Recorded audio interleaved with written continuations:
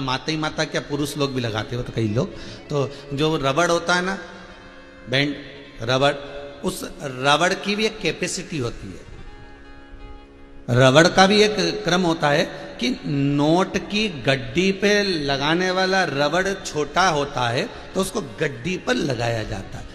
मिठाई के 1 किलो के डब्बे पर लगाने का रबड़ की अलग बात, 5 किलो के डब्बे पर लगाने का रबड़ अलग होता है, ठीक है। और किसी वस्त्र की पैकिंग में रबड़ लगाना है तो वो रबड़ अलग होता है। चोटी में लगाना है वो रबड़ की कैपेसिटी अपने हिसाब से, हर रबड़ की कैपेसिटी। अगर आप एक नोट की गड्डी के रबड़ को 1 किलो के डब्बे में या 5 किलो मिठाई के डब्बे में लगाओगे तो वो तनेगा, तनेगा तो जरा, और तनेगा और तनेगा और तनेगा, और जितना उसको तानते जाओगे तो एक समय वो टूट जाएगा।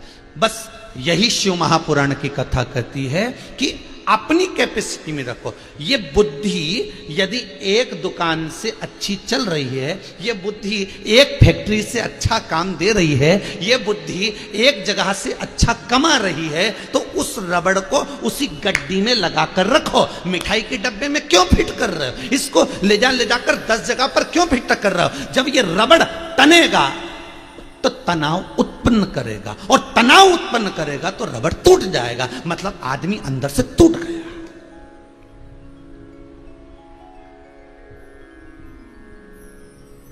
जब जब रबड़ को देखना तो याद रख लेना कि इसको ज्यादा तानोगे, जैसे रबड़ तन रहा है, तन तो जाएगा, कैपेसिटी से ज्यादा गया तो टूट जाएगा, परंतु उसको तनना पड़ रहा है, उसको खींचना पड़ रहा है। वो कितना तन रहा है ये रबड़ ही जान सकता है। उसी तरह घर का एक बड़ा व्यक्ति जो होता है, घर का जो बुजुर्ग व्यक्ति होता है, घर का जो कमाने वाला व्यक्ति होता है, वो भी एक रबड़ की तरह होता है। बस उससे निवेदन है कि तेरी बुद्धि, तेरा तनाव, तेरा रबड़पन एक गड्डी में लगने के लायक है। अगर तू एक दुकान से अच्छा कमा रहा है, तू एक व्यापार से अच्छा कमा रहा है, तो इस रबड़ को उसी जगह पर लगाकर रखना। 10 जगह पर इस रबड़ को 5 किलो के डब्बे में अगर लगाने का प्रयास करेगा तो तनेगा, अर्थात तू भी तनाव में आएगा, और तनाव में आ गया तो फिर एक दिन टूट जाएगा, और टूट गया तो ये हॉस्पिटल में लेके लोग भागेंगे और कहेंगे इसको हार्ट अटैक आ गया, और इसको देखो साहब, जरा देखना साहब इसको। तो उसने कहा कि इसका बाईपास करना पड़ेगा, तो बाईपास क्यों करवाया? क्योंकि वो टन गया था। अब उसको जोड़ रहे हैं, अब उस रबड़ को जोड़ने का प्रयास कर, तो उसमें गांठ लग गई। फिर किसी ने कहा रहने दो साहब, ये ऐसे नहीं होगा, तुम तो एक काम करो, फिर जहाँ से गांठ लग गई वहाँ से फिर टूट जाएगा, तानोगे, तो इसलिए दूसरा रबड़ का प्रयास करो। फिर बाप कहता है अब मेरे से नहीं हो सकता, मैंने एक फैक्ट्री डाल दी, एक दुकान डाल दी, अब मेरा जो काम था मैंने कर दिया, अब बच्चों तुम्हारा काम। अब बाप सोच रहा है इनको तानो। तो बच्चे तो चतुर आज के जमाने में, और जितने बच्चे चतुर तो इनकी घरवालियां ज्यादा चतुर, तो वो भी कह देती देखो जरा फालतू के लफड़े मत करो, बच्चे ले दे के एक तो बच्चे हैं, कहाँ माथा पच्ची करो, इतना तानता फिर अपने दिमाग को इधर उधर लगा। जैसा चल रहा है भोलेनाथ जी चला रहे हैं, प्रेम से खाओ पियो मौज करो, अपनी जिंदगी मस्त जियो। हाँ, माँ बाप ने जो व्यापार खुलाया है, माँ बाप ने जो व्यापार कर दिया है, माँ बाप ने जो 4 चांद लगाए, उसको हमको और आगे बढ़ाना है। हमें ये विचार करना है कि इस व्यापार को बढ़ाया कैसे जाए। हमें 10 जगह नहीं जाना, हमें 10 जगह नहीं पहुंचना। और सरल भाषा में समझ लो, घर के 6 लोग जा रहे हैं घूमने के लिए, या 15 लोग जा रहे हैं वैष्णो देवी, बैठे इंदौर से, टिकट मिला AS1 में, AS6 में, AS11 में, B1 में। अब बेचारा खाने का डब्बा ले जाए, एक एक व्यक्ति को अलग अलग दे दिया। तुम्हारा टिकट, तुमने भी तो कभी टिकट कराया, तुम भी तो कभी घूमने गए होगे। जितने आस्था चैनल पर सुन रहे हो कथा, जितने मोबाइल पर सुन रहे हो, तुम भी तो कभी गए होगे रे, कहीं ना कहीं तो गए होगे। और तुम्हारा भी टिकट इधर उधर आ जाए तो तुम्हारा मन कितना दुखता होगा कि बताओ गजब का काम करा, बताओ 5-6 लोग थे, इधर उधर डाल दिया, माँ एक सीट माँ दे दी, तो एक सीट माँ दे दी, तो एक सीट माँ दे दी, कितना तनाव उत्पन्न हो गया। जरा सा डब्बा, जरा सा बोगी जरा सा एक सीट, एक बर्थ अलग अलग हो जाती है तो कितना तनाव उत्पन्न हो जाता है कि टीसी आएगा तो उसको दिखाना है, टिकट तो एक ही है, मोबाइल है नहीं, अब क्या करेंगे, और वहां कोई कुछ बोलेगा तो बेचारे वो क्या करेंगे। तो तनाव जब उत्पन्न हुआ, उसी तरह जरासी सीट, जरासी बर्थ अलग अलग बोगी में मिल गई, अलग अलग स्थान पर मिल गई तो तनाव उत्पन्न हो जाता है, तो उसको संभाला नहीं जाता। उसी तरह 10 जगह पर तुम काम का फैलारा फैला लोगे, 10 जगह पर तुम व्यापार का फैलारा फैला लोगे, फैलाओ, मना नहीं, पर तनाव में मत आना।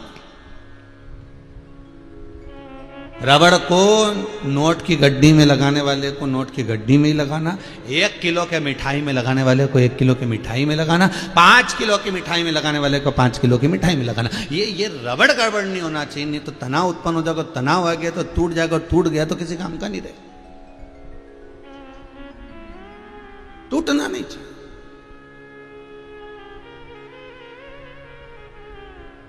और उसको कुछ नहीं मिला। जब कुछ भी नहीं मिला तो तनाव खड़ा हो गया। व्यक्ति का जहां से वो आस लगा कर बैठा है, यहां से मुझे 5 लाख मिलेंगे, यहां से मुझे 5,000 मिलेंगे, यहां से मुझे इतना मिलेगा, और वहां से कुछ भी नहीं मिले नहीं, तो बड़ा दुख।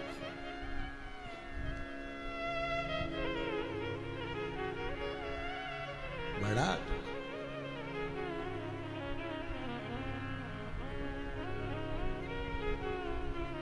और इतना दुख कि तनाव में आ गया वो भिक्षुक, वो भिखारी। बस अभी भी अपशब्द कह रहा। जब व्यक्ति तनाव में आ जाता है तो उसके मुख से अपशब्द निकलता है। मन की कुछ इच्छाएं जब पूरी नहीं होती ना तो व्यक्ति तनाव में आ जाता है। तो शिव पुराण कितनी सुंदर बात करी कि इच्छा करो, पूरी हो जाए ठीक है, नहीं हुई तो भगवान का प्रसाद समझना कि हो सकता है कुछ देरी लगेगी, हो सकता है कुछ देरी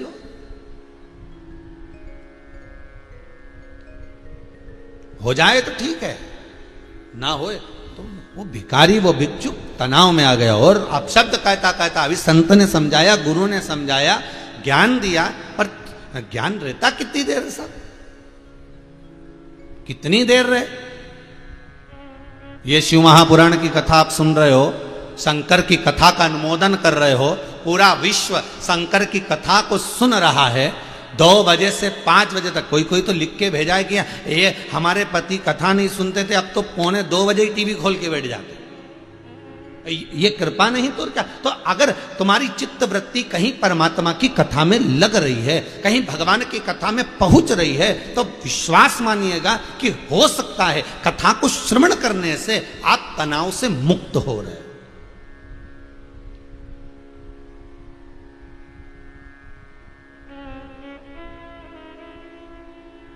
घंटों तक बैठे तनाव मुक्त करने के लिए। किसी गुरुजी ने कहा आंखें बंद कर लो, मौन हो जाओ, अब देखो ऊपर चढ़ते जा रहे हो। अब वो आंख बंद करके विचार कर रहा है, फैक्ट्री में रामकिशन आया कि नहीं आया।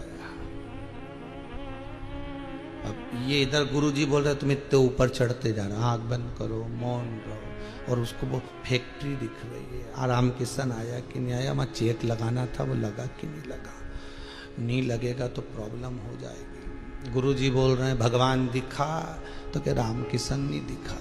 तो मन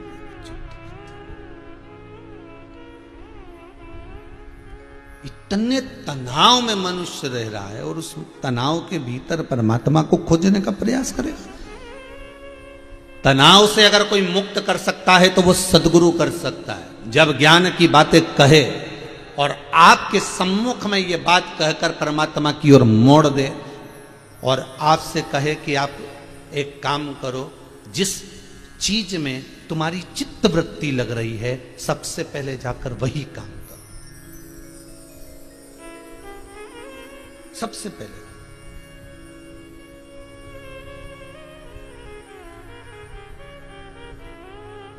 जिसमें तुम्हारी चित्तवृत्ति लग रही है, पहले सबसे पहले वही काम करिए। जाइए, आपका मन है कि आज मैं अपनी फ्रेंड से, अपने दोस्त से बात कर लूं, पहले बात करो।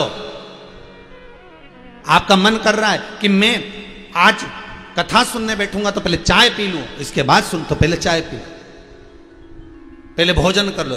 जिसमें तुम्हारी इन इंद्रियां जा रही है, पहले वो कर्म कर लो, और वो कर्म करने के बाद फिर कथा में बैठो, फिर सत्संग में बैठो, फिर स्मरण में बैठो, मन लगेगा।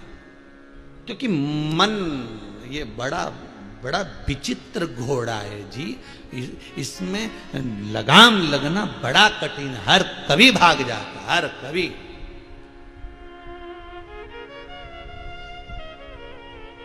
कभी भी भाग गया वो भिक्षुक अपने गुरु जी के पास। गुरुदेव, बहुत मानता था गुरु को, और गुरु जी के पास जाकर कहा, गुरुदेव मेरे मन का एक संशय है, और वो संशय ये भारी है कि मैं जहां जहां गया, एक दरवाजे से नहीं मिला तो दूसरे से नहीं मिला तो चौथे से, कहीं से तो मुझे भिक्षा मिली, कहीं से तो मुझे कुछ मिला, पर एक गांव में मैं गया तो उस दिन मुझे कुछ प्राप्त ही नहीं हुआ। खूब अपशब्द कहा मैंने गांव वालों को, खूब आड़ा टेढ़ा कहा, गुरुदेव कुछ मिला ही नहीं। गुरु जी बोले, उस गांव के लोगों का नियम था कि एकादशी के दिन वो अन्न का दान नहीं करते थे, और अन्न का दान नहीं करते थे इसलिए तुझे कुछ खाने को नहीं मिला।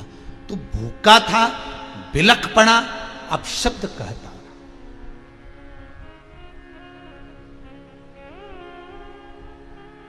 तो भूखा था, बिलख पड़ा, अपशब्द कहता। पर उस दिन तूने कुछ नहीं खाया। तुझे मैं धन्यवाद देता हूं, साधुवाद देता हूं, तुझे मैं बहुत बहुत आशीर्वाद देता हूं कि तेरी जिंदगी को 62 वर्ष हो गए। 62 वर्ष में तू एक बार भी कभी एकादशी का व्रत नहीं करा था, पर गांव वालों ने तेरी एकादशी करवा दी।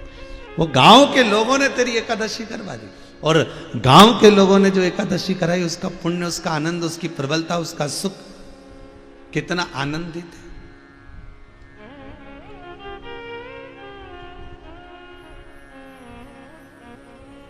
उसका पुण्य कितना आनंदित है।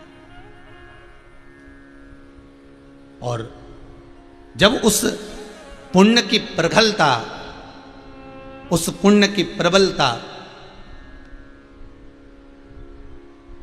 उस पुण्य की श्रेष्ठता जब तेरे खाते में गई, उस पुण्य की प्रबलता जब तेरे पास पहुंची, तो वो पुण्य का आनंद तेरी 7 पीढ़ियों को ताड़ दिया। तेरे माता पिता, तेरे दादा दादी, तेरे पूर्वज जो इस परम आनंद सुख को, एकादशी के सुख को, जब घर का कोई बुजुर्ग जाता है, जब घर का कोई बुजुर्ग शांत हो जाता है, जब घर का कोई बुजुर्ग मर जाता है, उसके मरने के बाद एकादशी का दान दिया जाता है। पर तूने अपनी जिंदगी में कभी ना तो अपने माँ बाप को एकादशी दी, ना तूने जिंदगी में कभी अपने दादा दादी को एकादशी दी, ना तूने कभी जिंदगी में कोई सत्कर्म करा। अरे कम से कम तेरे पूर्वजों पर यह बड़ी कृपा हो गई कि तेरे द्वारा भूल से हो गई, पर एक एकादशी तो हो गई। आज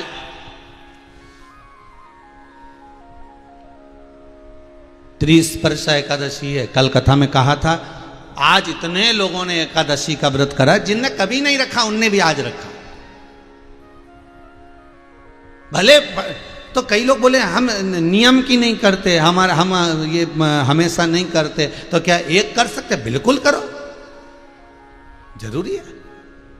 कोई जरूरी है कि ये कोरोना की दवा तुम हर महीने खाओ? अरे बोलो तो जरी, जब बीमार पड़े तभी कोरोना की दवाई खाई कि नहीं खाई? मलेरिया की दवाई, टाइफाइड की दवाई तुमने जब ही खाई जब बीमार पड़े।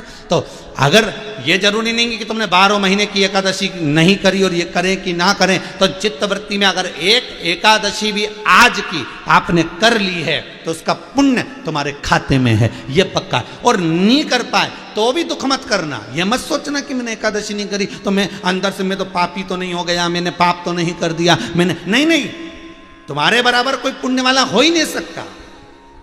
कोई दिक्कत नहीं है। हो अगर नीवी करी एकादशी और आपने अगर मुख से ओम नमो भगवते वासुदेवाय श्री शिवाय नमस्तुभ्यम ओम नमः शिवाय महामृत्युंजय मंत्र, राम मंत्र, कृष्ण मंत्र, देवी मंत्र या शिव महापुराण की कथा 2 बजे से 5 बजे तक भी सुन ली तो भी तुम्हारी एकादशी का पुण्य तुम्हारे खाते में है।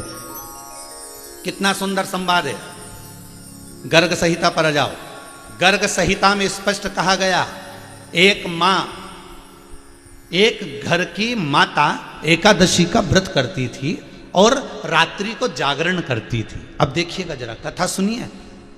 एक घर की माता एकादशी का व्रत करती थी, रात्रि को जागरण करती थी। अब रात्रि को जागरण करती तो पूरे मोहल्ले में, पूरी कॉलोनी में क्या कराती, सारी मल्टियों में बोली आती, कॉलोनी में क्या कर जाती, सुनो रात को जागरण है, सुनो रात को जागरण है, सुनो आज एकादशी है, रात को जागरण है। अब माता जब एकादशी का व्रत अकेले कर रही है तो जागरण भी अकेले कर ले, पर नहीं, पूरे मोहल्ले में क्या कराती। और पूरे मोहल्ले की जो माताएं थी 5-6 ऐसी पक्की थी कि हर एकादशी पे इसकी यहाँ जागरण में आ जाती थी, इसके साथ में जागरण करने पहुंच जाती थी और ये जागरण में लग जाती थी। अब देखिएगा जरा, गर्ग संहिता कहती है, जिस समय पर प्राण छूटे, जिस समय पर प्राण छूटे, वो एकादशी का व्रत करने वाली माता के, और वो जा रही थी और एकादशी माता के धाम में जब पहुंची है, बैकुंठ से 3 सीढ़ी नीचे एकादशी का स्थान, तो एकादशी स्थान पर जब वो पहुंची है और एकादशी स्थान पर जाकर क्या देखती है कि पूरे मोहल्ले की जो बुजुर्ग माताएं थी जो उसके जागरण में आती थी, वो सब भी वहां पर मौजूद हैं। तो उसने एकादशी माता से कहा, एकादशी से कहा कि हे बैकुंठनाथ, हे नारायण, ये बताओ कि इन्होंने तो कभी एकादशी नहीं करी, फिर ये यहाँ क्या कर रहे हैं। तो कि बस ये रात्रि को जो कीर्तन करती थी ना, भले दिन भर चरती थी पर रात को कीर्तन करती थी और तेरे साथ करती थी, इसलिए एकादशी का तेरा करा हुआ पुण्य इनके खाते में आ गया और इनको ये धाम प्राप्त हो गया। अब आपसे भी निवेदन है, तो आप ये मत सोचना कि आपने व्रत करा, सबसे अच्छा काम करा, आपसे व्रत आज का बन गया, उससे बढ़कर कोई काम नहीं, उससे बढ़कर कोई आनंद नहीं। और मान लो अगर व्रत कोई बीमारी के कारण, कोई कारणवश तुमसे भूखा नहीं रहा और तुमने नहीं करा तो दुख मत मनाना हो, नहीं तो क्यों बताओ, हमने तो बहुत बड़ा पाप कर दिया, आज का व्रत छोड़ दिया, आज तो 30 वर्षा था, हमें व्रत तो छूट गया, कोई बात नहीं, कोई बात नहीं। तो तुम ये चिंता मत करना, तुम तो भजन कर लो, भजन कर लो, लेवल बराबर का कर लो, लेवल बराबर होना चाहिए, हो गया।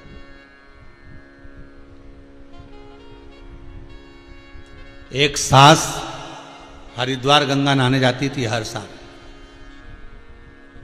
बहू बड़ी दुखी रहती थी कि मेरे को तो कभी नहीं ले जाती। बहू इतनी चतुर थी, उसके घर में जो गंगा जी की बोतल हर साल सास भर के लाती थी, उसका ढक्कन भर पानी तवेले में डाल के उसी में बैठ जाती थी।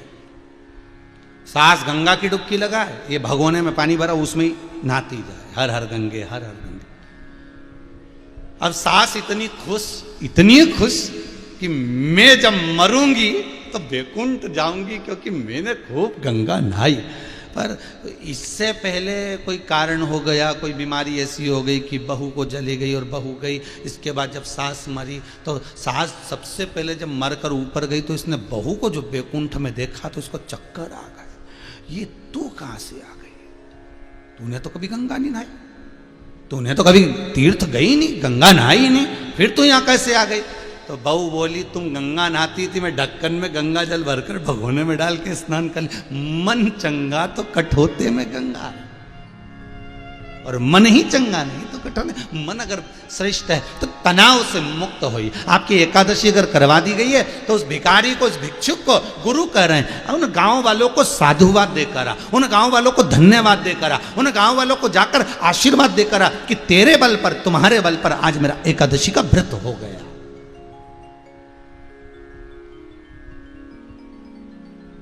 धन्य है साहब, धन्य, बड़ी कृपा करिए साहब, बड़ी दया करी जो आज हमारे भगवत स्मरण हो गया, भगवत नाम।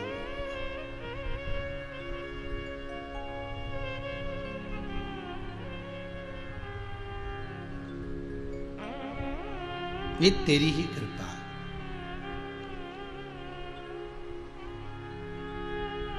और जब तक तू कृपा ना करे तब तक दुनिया का कोई कार्य नहीं हो सकता, कोई कार्य नहीं। बड़ी कृपा, बड़ी दया, बड़ी करुणा। शिव महापुराण की कथा कर रही है। तारकासुर के 3 पुत्र हैं, तारकाक्ष, विदुम्माली और कमलाक्ष की। इन तीनों ने विचार करा, पिता तारकासुर मर गए, चले गए, अगर हम देवताओं से द्वेष करेंगे तो देवता तो हमें मार देंगे। पहले अपन उस लेवल में आ जाएं कि इन देवताओं के मारने से भी ना मरे, तो पहले वो अपना बल हम एकत्रित कर लें, अपना बल हम एकत्रित कर लें।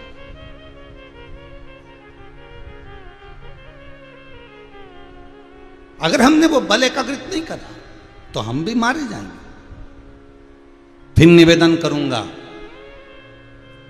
तारकासुर के पुत्र तारकाक्ष, विदुम्माली और कमलाक्ष की कथा शिव महापुराण में क्यों लिखी गई कि आप कोई भी कार्य करने से पहले अपने आप को पहले इतना प्रबल कर लो कि अगर मान लो थोड़ा बहुत दुख, तकलीफ, कष्ट मिल भी जाए तो झेल सको, झेल सको। ये जो वैक्सीन लगाई जा रही है, टीके लगाए जा रहे हैं कोरोना के, महामारी के, ये क्यों लगाए जा रहे हैं? उसका कारण क्या है? 2 डोज क्यों लगाया जा रहा है? इसलिए लगाया जा रहा है कि आपकी बॉडी, आपका शरीर इतना प्रबल हो जाए कि अगर वो महामारी, वो वायरस आपके भीतर प्रवेश भी करे तो ये शरीर पर से निकल जाए पर फेफड़ों तक ना पहुंचे।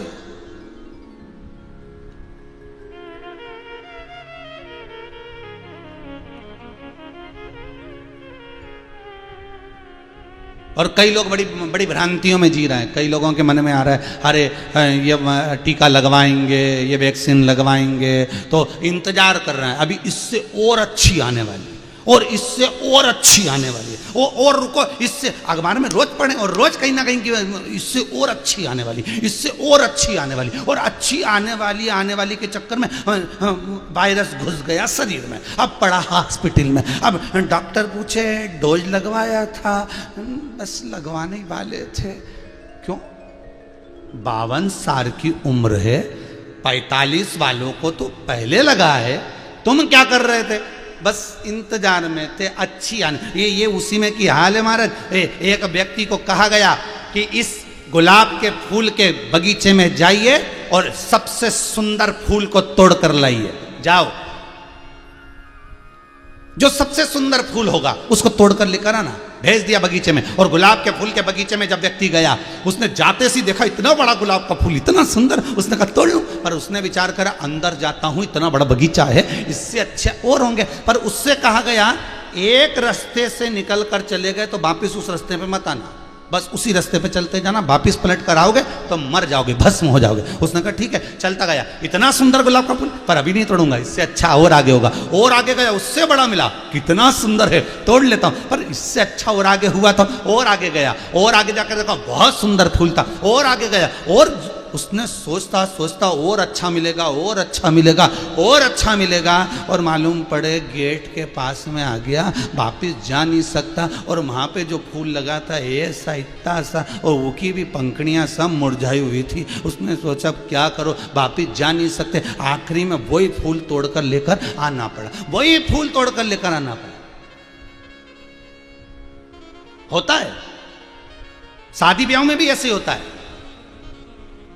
लड़के के लिए लड़की देखी, पहला बायोडाटा आया, अभी तो और देखेंगे, अभी तो और देखेंगे, इतनी बढ़िया लड़की आई, प्रथम बार में ही अच्छी आ गई, पहली बार में ही अच्छा गुलाब का फूल सामने आ गया, पर नहीं, इससे भी अच्छी आएगी, लड़का अपना बढ़िया बढ़िया काम काज, इससे जोरदार देखेंगे, इससे जोरदार देखेंगे, इससे जोरदार देखेंगे। नहीं, देखता देखता देखता देखता, और बाद में जो मिली तो ऐसी मिली चंद्र घंटा। अब ढूंढ ले, गुलाब का फूल मिला, पंखड़ी भी मुरझाई हुई थी।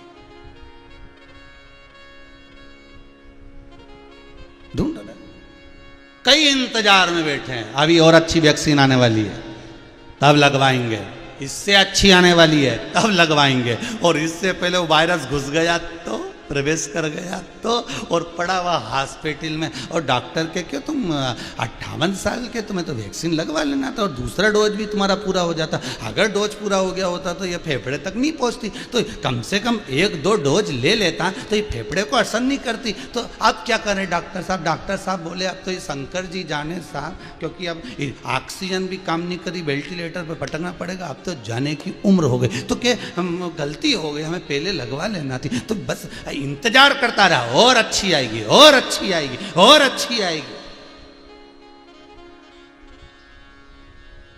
और अच्छी अच्छी इंतजार में लगे रहे, सीताराम हो गए।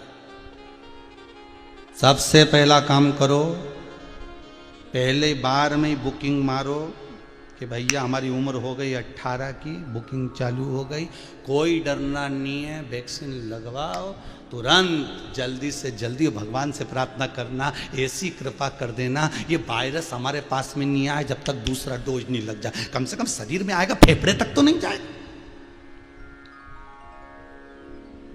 ढूंढो, शिव पुराण का भी दूसरा ही डोज चल रहा है, पहला निकल गया राजगरिया परिवार, दूसरा ये सोमानी परिवार, ये भी इतना बड़ा डब्बा लेके आए वैक्सीन का, देख लीजिए शिव महापुराण रूपी वैक्सीन लगा दो, दूसरा डोज। अब थोड़ा सा फिर ये डोज लगने के बाद थोड़ा सा मन को कूल शांति महसूस हो रही कि अब थोड़ा भगवान ने कृपा कर दी है, भगवान करुणा कर दिया।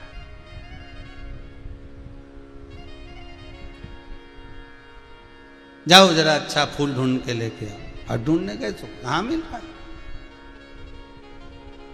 एक बार उम्र आगे बढ़ गई, पीछे आ सकती है क्या?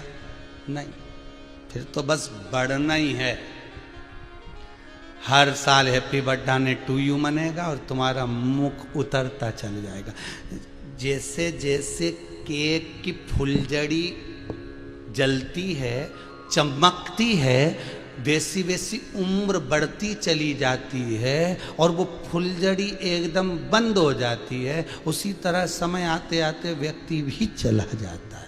इसलिए जब जब केक काटो तो सावधानी से काटना दादा, कि ये हमें कुछ मार्गदर्शन कर रहा। इसलिए शिव पुराण की कथा कहती है, जब कोई शादी की सालगिरह आए, जन्मदिन आए, शिव पुराण कहती है कि कोई सत्कर्म करने का विचार करना। मेरी 25 भी आ रही है, मेरी 50 भी आ रही है, मेरी 23 भी आ रही है। एक काम करूंगी, मैं शिव पुराण की कथा करवाऊंगी, मैं भगवान का भजन करवाऊंगी, मैं कथा स्मरण कराऊंगी, मैं शंकर का अभिषेक करवाऊंगी, मेरा जन्मदिन आ रहा है, मैं भगवान का ये भजन कर, मैं ये अनुष्ठान करूंगा। कुछ ना कुछ परमात्मा को उसमें जोड़ना। तो जब तुम्हारी पार्टी में अच्छे लोगों को बुलाओगे तो गिफ्ट भी तो अच्छा आएगा। जब तुम भगवान को अपनी पार्टी में बुलाओगे तो भगवान कुछ अच्छा ही देकर जाएगा, कुछ अच्छी उम्र बढ़ा जाएगा, कुछ अच्छा आशीर्वाद दे जाएगा। परमात्मा को अपने सुख के साथ में जोड़ो।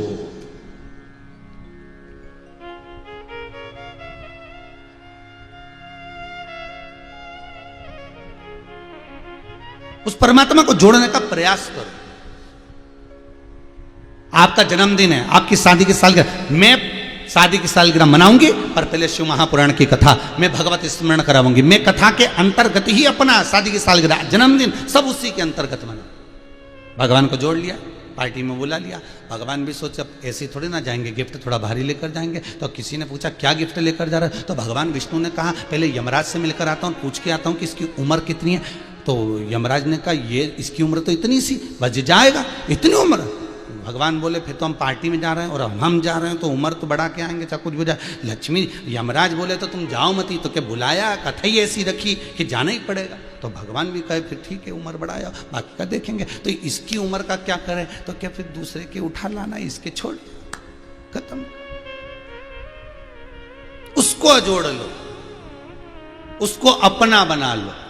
और जिस दिन परमात्मा अपना हो गया, जिस दिन भगवान अपना, कभी कभी कहा करो, तुम्हारे घर में मेहमान आते हैं तो तुम तुरंत कह देती हो ये देखो ये वाला रूम जो है ना बेटे का है, अच्छा, वो वाला हमारा है, अच्छा। और ये जो हॉल है ना, ये भी बहुत बढ़िया है, बनवाया बच्चों ने। और ये जो भगवान है, इसमें जो छोटा वाला ठाकुर जी है ना, लड्डू गोपाल, ये हमारी सास के हाथ का है, ये हमारी सास के हाथ का, ये हमारी सास का। तुम्हें कहना चाहिए था, ये मेरे भगवान की बड़ी कृपा हुई है, सासू माँ के ठाकुर जी की सेवा मुझे मिली है। वो चली गई पर सेवा मुझे दे गई। और जब से ये ठाकुर, जब से ये शंकर, जब से ये देवता मेरे यहां पर हैं, सारा सुख मेरी जिंदगी को मिल गया। इनकी सेवा मुझे मिली, ये मेरे हैं, ये मेरे अपने, ये दूसरे के नहीं, मेरे अपने। पहले अपने आप को बलवान बनाओ। तारकाक्ष, सुर के 3 बेटे तारकाक्ष, विदुमाली और कमलाक्ष के तीनों अपने आप को बलवान बना रहे हैं। पहले इतना तप, इतनी साधना, इतना बल इकट्ठा कर रहे हैं कि इन बल के भरोसे पर फिर हम युद्ध कर सकते हैं देवताओं से भी। पहले बल इकट्ठा कर। कोई काम करने से पहले अपने मन को पहले दृढ़ बनाओ, पक्का बनाओ। थोड़े दिन किराने की दुकान कर ली, जैसे ही उसमें ऊंची नीची हुई छोड़ दी। फिर कपड़े की दुकान कर ली, वो छोड़ दी। फिर कहीं लकड़ी का काम कर लिया, वो छोड़ दिया। अरे एक करो पर मन को प्रबल बनाकर करो, एक करो।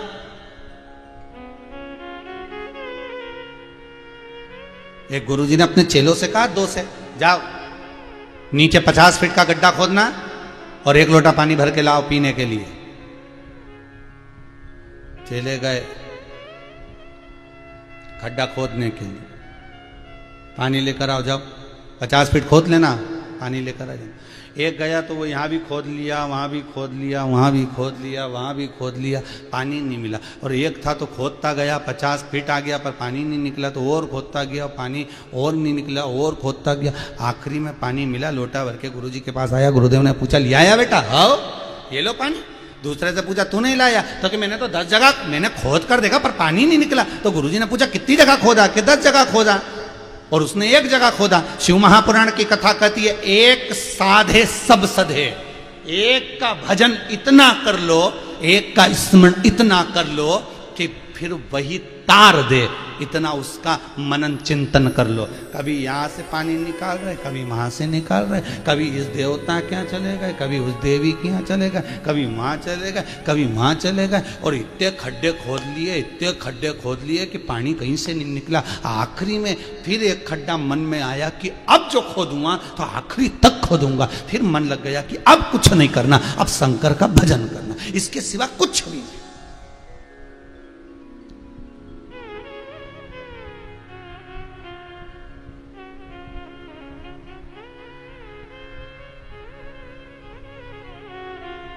भिवानी से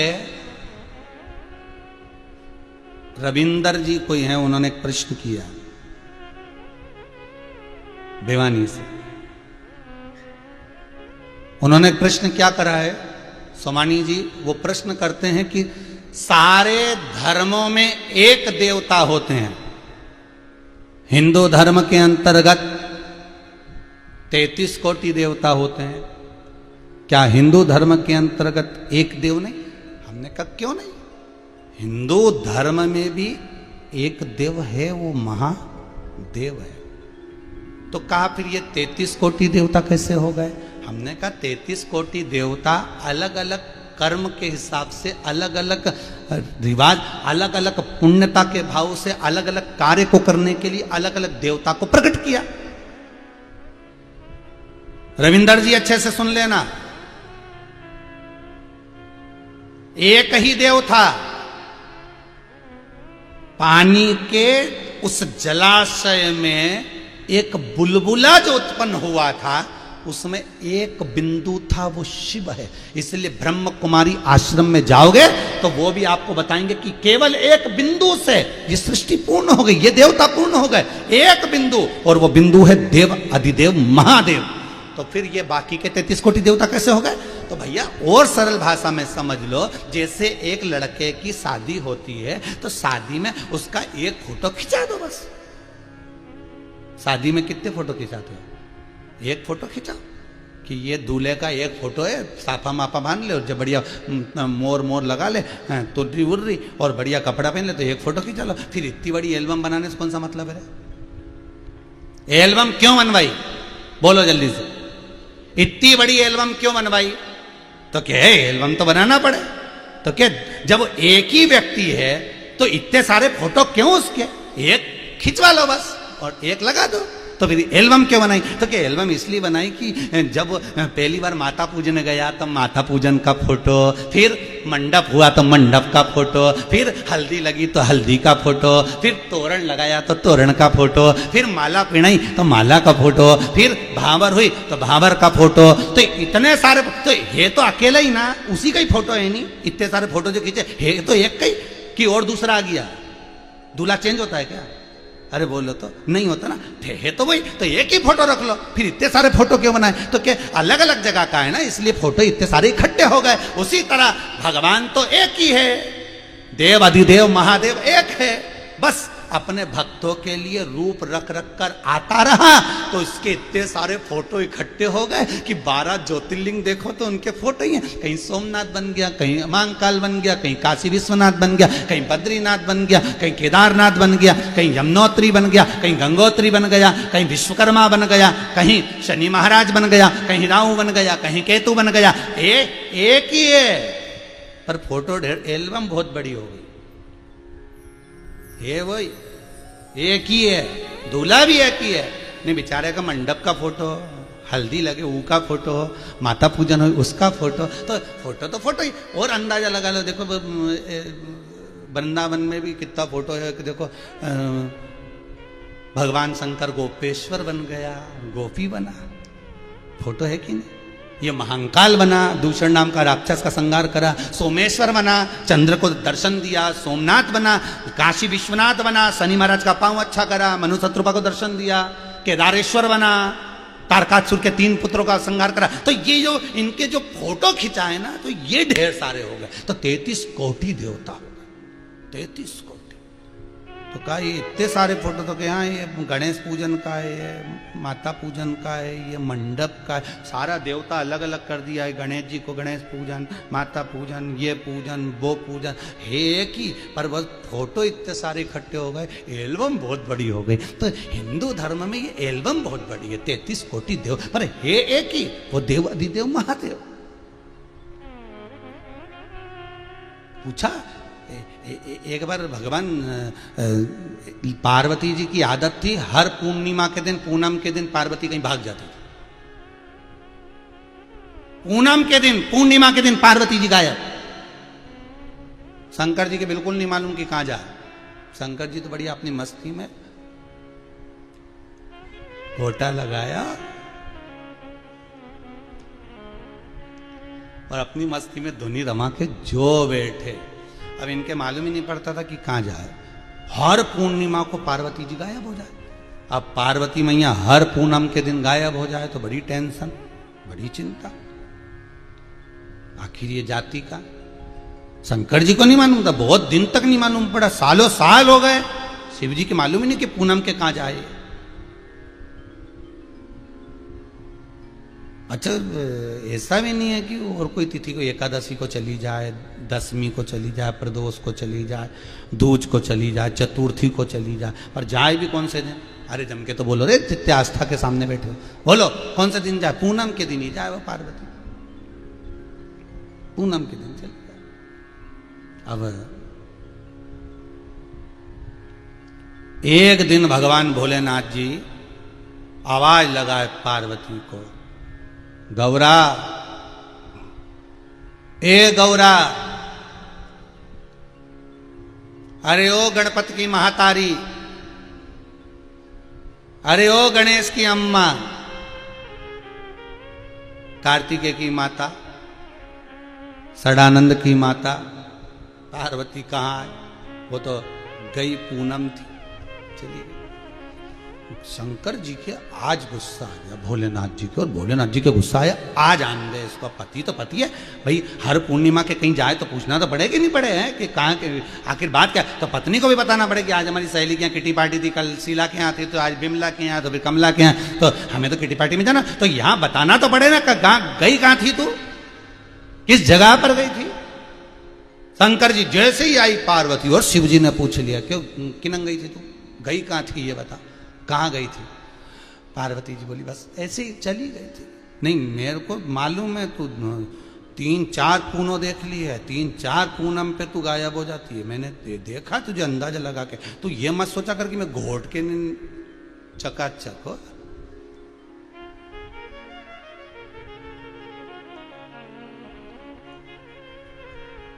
तो ये मत सोचना कि मैं जानता नहीं हूं, मेरे को सब मालूम है। अच्छा ये जितने नशे करने वाले होते हैं ना, कि याददाश्त थोड़ी लोग कहते हैं कमजोर होती है, परंतु महापक्के होते हैं बिल्कुल। एक वो उज्जैन में महाकाल का भगत और ले घोटा लगा के भांग पी के रोज जाए प्रतिदिन, और एक सामने शंकर जी का मंदिर और उसको प्रणाम करे, हर हर महादेव, और कहता हुआ चले गया, उसका नियम था। अब भादों का महीना आ गया, भादों के महीने में वो शंकर जी के मंदिर में अच्छी झांकी माकी सजा के लोगों ने गणेश जी को बिठा दिया।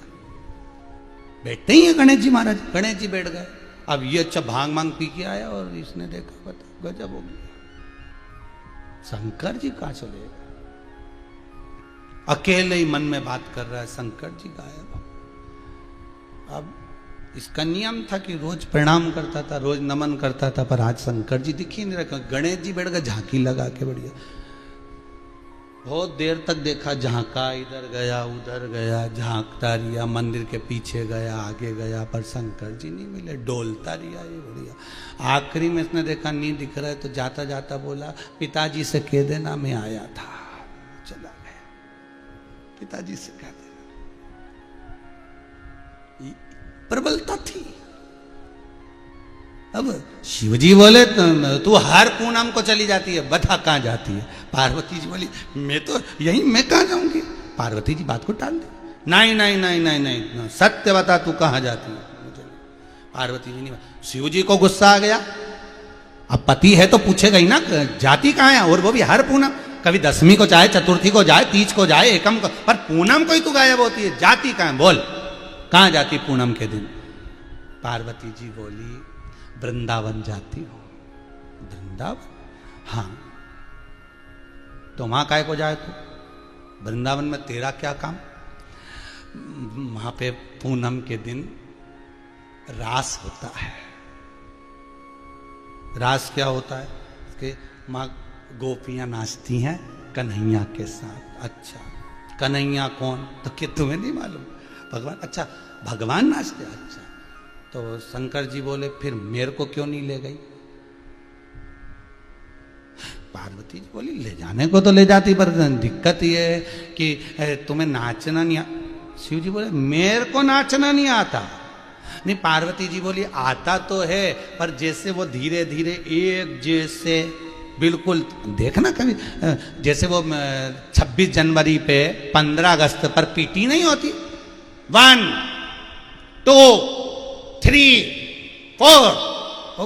अब इस पीटी में जिस व्यक्ति को नहीं आता, और वो एक व्यक्ति भी अगर गड़बड़ कर दे तो एकदम दिख जाता कि नहीं दिख जाता, इसका हाथ सही नहीं गया, सब ऐसा करे और इसने ऐसा कर दिया, तो हाथ गड़बड़ हुआ कि नहीं। तो पार्वती जी बोली तुम्हें ले जाने में तो दिक्कत नहीं है, पर दिक्कत इतनी सी बात है, वो बिल्कुल आराम आराम से ठुमके लगा लगा के धीरे धीरे नाचते हैं, और तुम तांडव वाले एक ही पांव धर दिया तो गजब हो गया। तो दादा ऐसा काम मैं करूं नहीं, और तुमको मैं लेके जाऊंगा, सीधी बात। तुम अपने कैलाश पे। शंकर जी बोले ऐसा कोई फालतू की बात नहीं होती, अगली पूनम पे नहीं जान दूंगा अगर मेरे को नहीं लेके गई तो। पार्वती जी बोली कैसे लेके जाऊं, तुम खुद बताओ। शंकर जी बोले तू भी तो जाती है। तो पार्वती जी बोली वहां कोई पुरुष नहीं रहता, सारी स्त्री। शंकर जी बोले तो अच्छा ऐसा है तो एक काम कर, मुझको भी स्त्री बना दे। पार्वती जी बोली बनाने को बना, तो ये इतना बड़ा ये ततैया का झुड्डा लगा, इसका क्या करूंगी। ये इतनी बड़ी तो तुमने चोटी बढ़ा के रखी है, इसका क्या? शंकर भगवान बोले तो चिंता मत कर, मेरे पास तो इतने जोरदार जोरदार पार्लर वाले हैं, अब भी आएंगे, बांध के जाएंगे। और शंकर जी ने बुलाया नंदी को, नंदी को बुला कर कहा जरा ये चोटी जो है ना इसको जरा सही सेट कर दे। और नंदी ने जो चोटी बनाई तो उस पर 2 चोटी बना दी, उससे बड़ी बाल जा रहा वहां।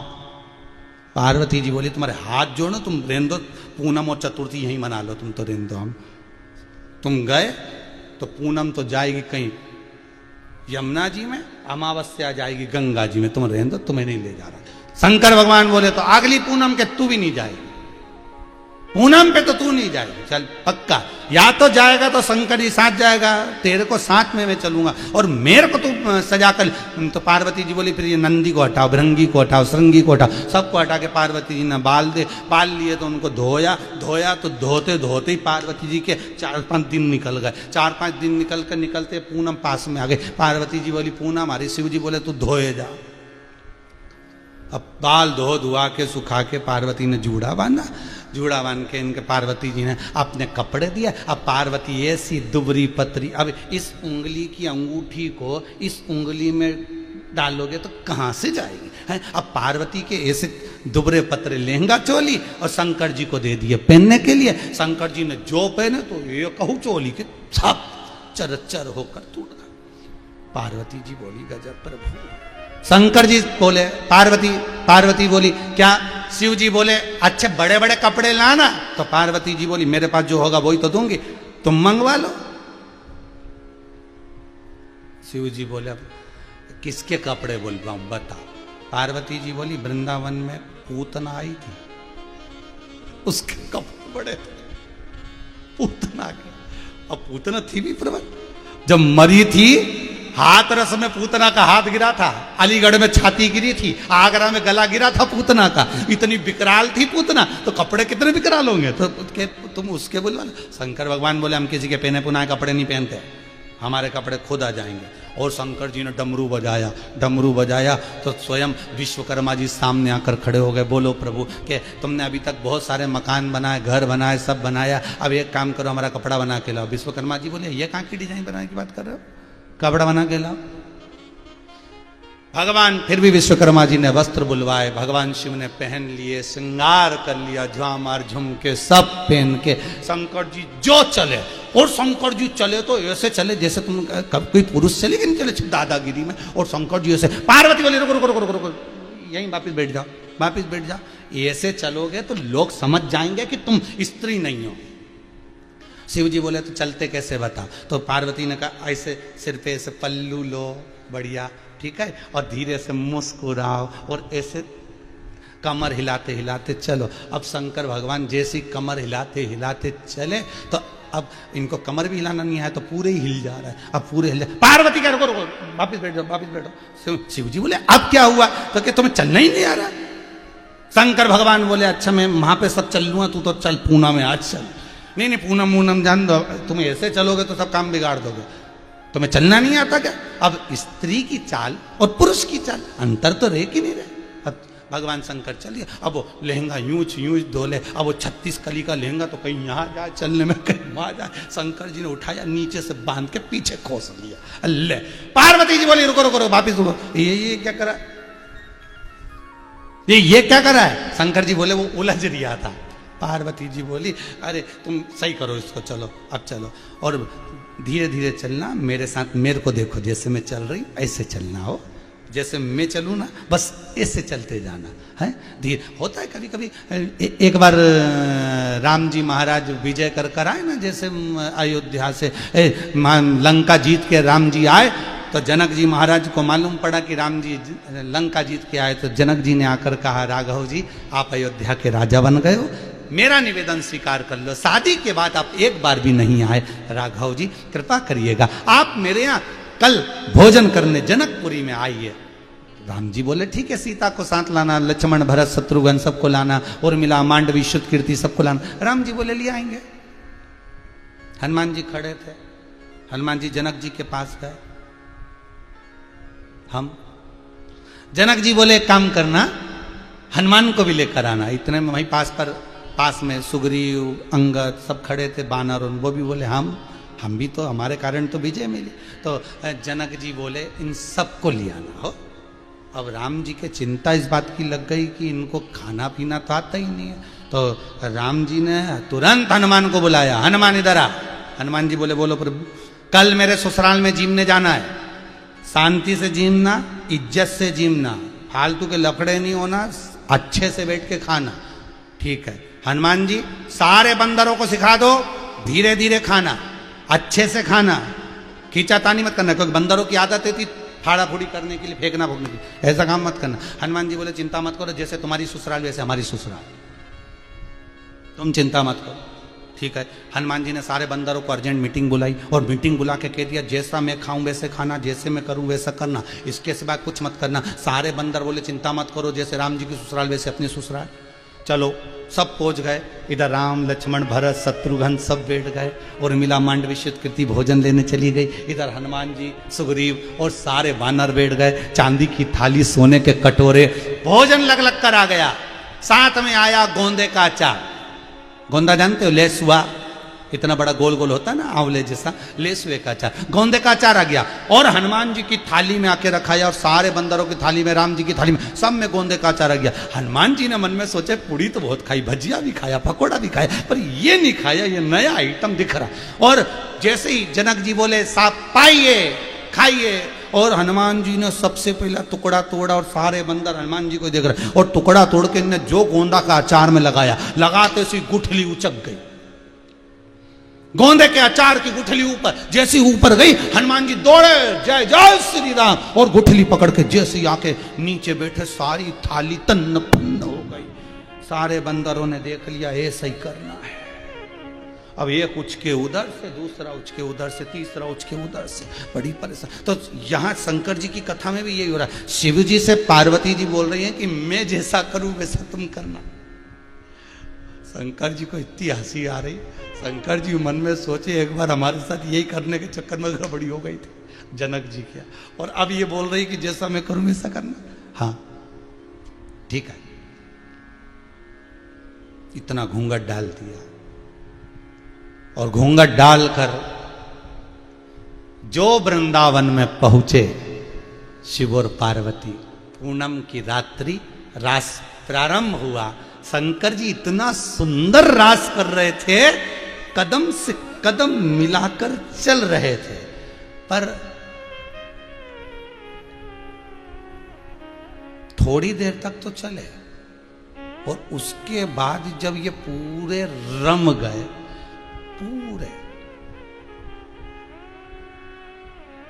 पूरे रम गए, और रमने के बाद जो दो चार पांव पटके इनमें, पार्वती जी धीरे से बाजू में आके बोली धीरे, गोपी जैसे। शिव जी बोले गड़बड़ी हो रही क्या, पांव बहुत तेज तेज पटक रहे हो, रास गरबे में जरा धीरे धीरे। शंकर जी ने जो पटका, एक हाथ इधर से लेके इधर घुमाई रहे थे, तो इधर वाली 3-4 पटक दी उधर, और उधर वाली पटक दी उधर। पार्वती कन्हैया समझ गए कोई अलग से आया है, कोई अलग से आया है, जरूर कोई बदल गया है, कोई बदला हुआ दिख रहा। कन्हैया ने पूछा कौन हो गोपी? गोपी तो पल्लू खींच ली तक घूंघट।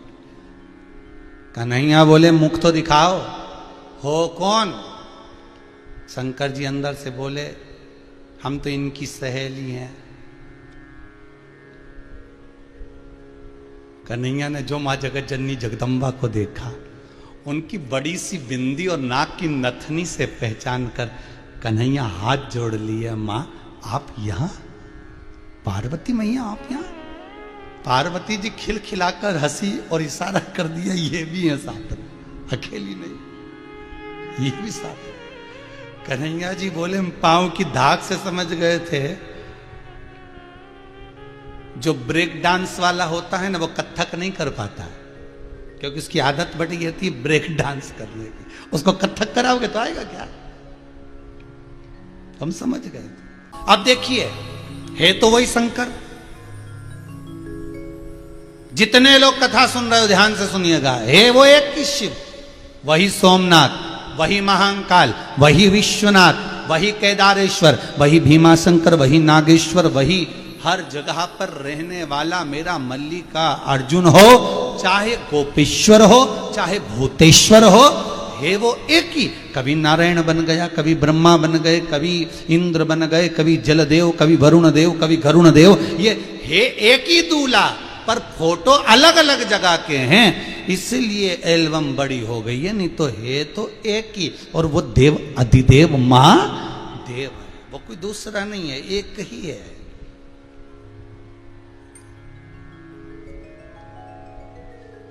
दूल्हा एक ही है, बस फोटो अलग अलग जगह के, मंडप के, माता पूजन के, हल्दी के, इसके। उसी तरह देवता एक ही है बस। जो अमृत पिए देव, जो विष पिए वो महादेव। जगत का बाप है, जगत का पिता।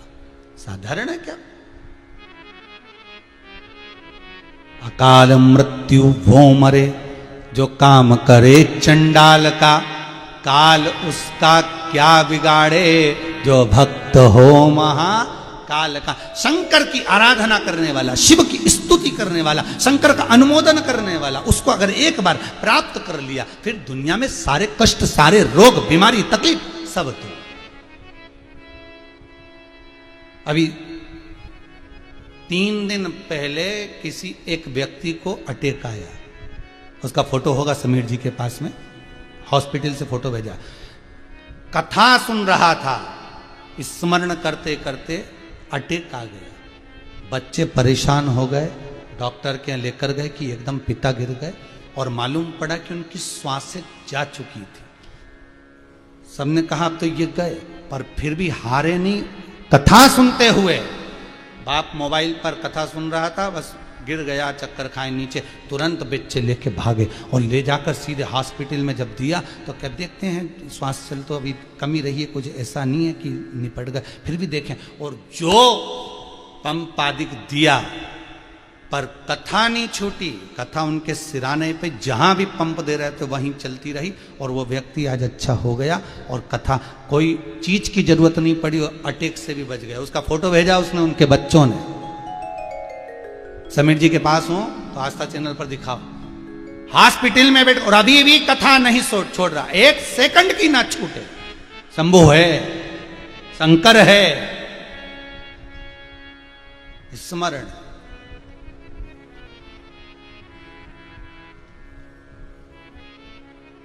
कृपा शिव करता, उसके सिवाय श्री शिवाय नमस्तुभ्यम, इस जप से हम आपको क्या, जितने लोग कथा सुन रहे हो आस्था चैनल पर, जितने मोबाइल पर सुन रहे हो, और सोमानी परिवार सूरत में सुन रहा है, हम इनको क्या कहें।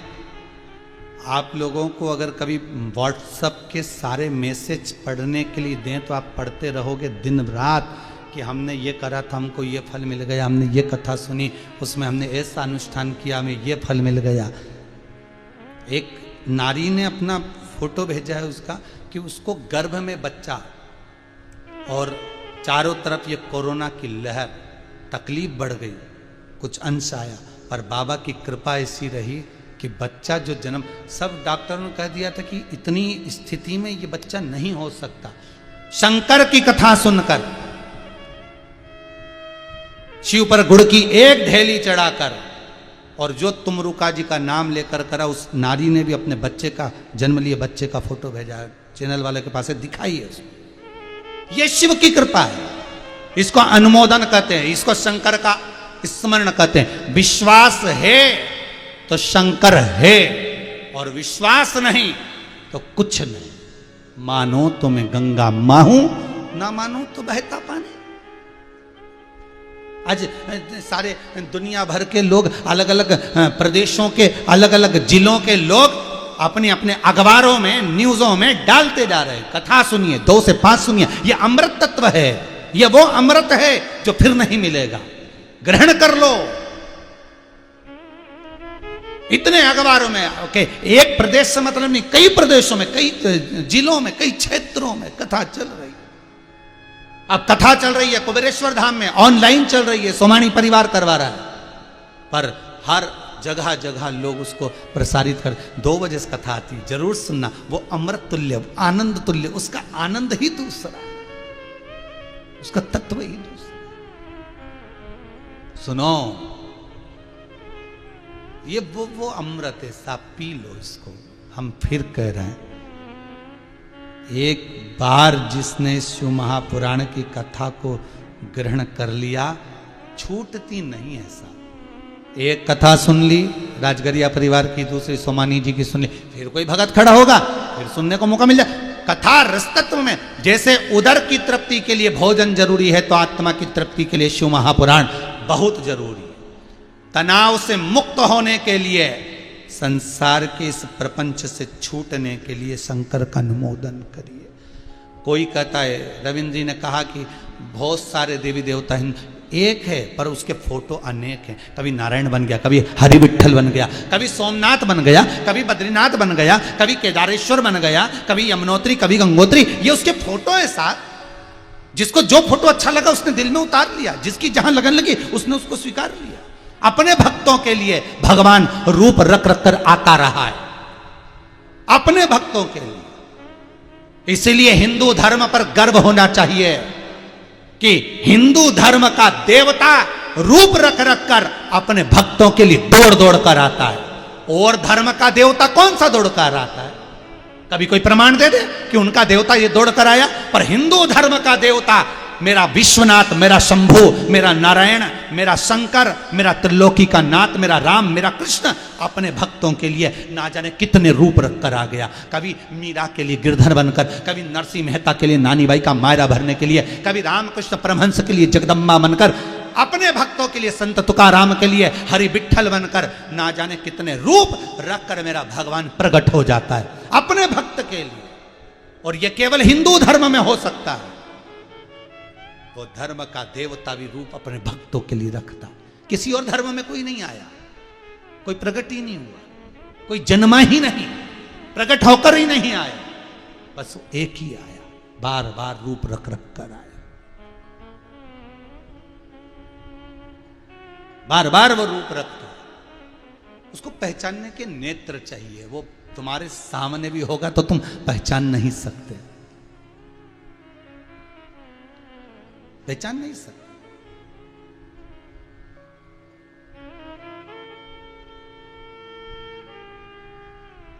सोमानी जी, अभी इस कथा के पहले वाली कथा में तीसरे दिन की कथा हुई थी, और एक हमारे विठले सेवा समिति से जुड़े हुए श्री बांके बिहारी जी दीक्षित जी हैं, जयंती कॉलोनी में सीहोर में रहते हैं।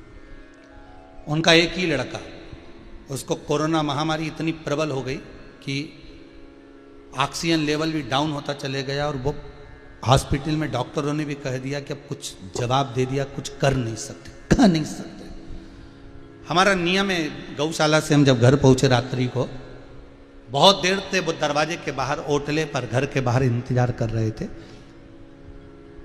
पहुंचे, हमने कहा क्या बात है दीक्षित जी, आप कैसे आए, क्या हो गया, रो रहे हो आप? तो एक ही बेटा है, डॉक्टर जवाब देती है, बड़ा तकलीफ है। हमने कहा दीक्षित जी इतनी जल्दी हारोगे, इतनी जल्दी हारोगे? विश्वास, हम बार बार कहते सियोर वाले महाराज पर भरोसा मत करना, भरोसा करना शंकर पर, इस पुराण पर, इस कथा पर। हमने वो शिव स्मरण का कहो, शंकर का नाम जाप करो, श्री शिवाय नमस्तुभ्यम जपते रहो, शिव जी का भजन करते रहो। श्वास देना उसका काम है, वो देगा। तुम भजन में कमी मत लाना। फिर वही बात है, तुम कथा संभाल लो, उसका भजन संभाल लो, उसका मंदिर संभाल लो, परिवार वो संभालेगा, जवाबदारी उसकी है। तुम तो कथा संभालो, तुम तो भजन संभालो, तुम तो नाम जाप संभालो, भजन करो, कीर्तन करो, नाम जाप करो, तुम्हारा परिवार संभालने की जवाबदारी उसकी, वो संभालेगा। 3 दिन में बालक ठीक हो गया, घर आ भी गया, भगवान की ऐसी ये शिव है, उसको पहचानना बहुत कठिन है। हम दूसरे जगह की क्या कथा सुना, हम सीहोर की सुना दे। स्मरण करो शंभु का, स्मरण करो शंकर का। एक एक पल, एक एक घड़ी, एक एक क्षण में शंकर है। ढूंढने के लिए कहीं मत जाना, तुम्हारे सामने। तारकाक्ष, विदुम्माली, कमलाक्ष की तीनों अपने को प्रबल बनाने का प्रयास कर रहे हैं। वो प्रबलता तुम्हें भी आना चाहिए, वो बल तुम्हारे भीतर भी आना चाहिए कि अगर मैं जिस काम को करूंगा शंकर के भरोसे पर करूंगा, मैं शिव के भरोसे पर, मैं ओघड़दानी के भरोसे पर, मैं कुबेर भंडारी के भरोसे पर, कुबेरेश्वर महादेव के भरोसे पर करूंगा, मैं उस सोमनाथ, उस महाकाल के भरोसे पर, मैं उस विश्वनाथ के भरोसे पर करूंगा, फिर देखूं काम चले कि ना चले। छोड़ दो उसको, वो जाने। ग्राहक भी बनकर वही आएगा और व्यापार भी वही करेगा, चलाएगा भी वही, संभालेगा भी वही। सोमानी परिवार कथा में लगा हुआ है 7 दिन से, ये 5वां दिन है। फैक्ट्री कौन चला रहा है? वही तो चला रहा है। व्यापार कौन देख रहा है? वही तो देख रहा है। काम कौन कर रहा है? वही तो कर रहा है। तुम तो कथा का रास्ता, तुम कथा संभालो, वो संभाले, उसका घर, उसकी इजाजत, उसकी जमीन वो देखे। हम क्या, हम तो निमित्त मात्र, हमें तो भगवान ने पैदा ही करा निमित्तता के लिए, बाकी का है तो उसी का। हम कौन सा छाती पे बांध के लेकर आए थे, ऊपर से आए थे जब? कौन सी फैक्ट्री, कपड़ा, मकान, दुकान, जमीन जायदाद कौन सा लेकर? ना हम लाए ना आप लाए, कौन सा लेकर? ये तो सब उसी का है।